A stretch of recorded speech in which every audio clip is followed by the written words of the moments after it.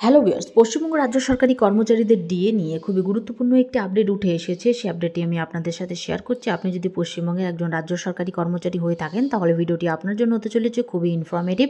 ভিডিওটি মাঝে থেকে কোথাও 1 সেকেন্ডও স্কিপ করবেন না, প্রথম থেকে শেষ পর্যন্ত অবশ্যই দেখবেন। চ্যানেলের ফার্স্ট টাইম হয়ে থাকলে অবশ্যই চ্যানেলটিকে সাবস্ক্রাইব করে নোটিফিকেশন বেলটি এখনই অন করে রাখুন। এরকম লেটেস্ট ডিএ বেতন বৃদ্ধি সংক্রান্ত খবর সবার আগে পাওয়ার জন্য আর অলরেডি যারা চ্যানেলটিকে সাবস্ক্রাইব করে রেখেছেন তাদেরকে জানাই অসংখ্য ধন্যবাদ। তো বন্ধুরা, ডিএ নিয়ে আজকে কি আপডেট উঠে এসেছে চলুন এক নজরে দেখে নেওয়া যাক।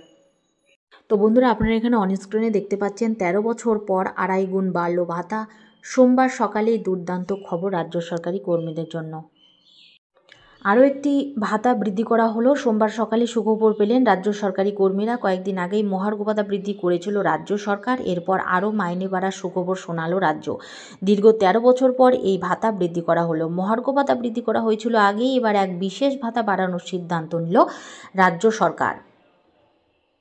দীর্ঘ প্রায় 13 বছর পরে এই ভাতা বাড়ানো হলো। এক ধাক্কায় 2.5 গুণ বাড়ল এই ভাতা। মে মাসে বেতনের সঙ্গে ঢুকে যাবে এই অতিরিক্ত টাকা, ফলে জুন মাসে বেশি বেতন হাতে পাবেন রাজ্য সরকারি কর্মীরা। এই ভাতায় সচিব, অতিরিক্ত সচিব, উপসচিব, স্টাফ অফিসার এবং সেকশন অফিসার, একান্ত সচিব, ব্যক্তিগত সহকারী, স্টেনোগ্রাফার, সেকশন অফিসারের পাশাপাশি সহকারী গ্রেড 2 এবং সহকারী গ্রেড 3 কর্মচারীরা সুবিধা পাবেন। সাধারণ প্রশাসন বিভাগ থেকে একটি আদেশও জারি করা হয়েছে, যাতে লেখা আছে যে এই অর্থ মে মাসের বেতনে প্রদান করা হবে।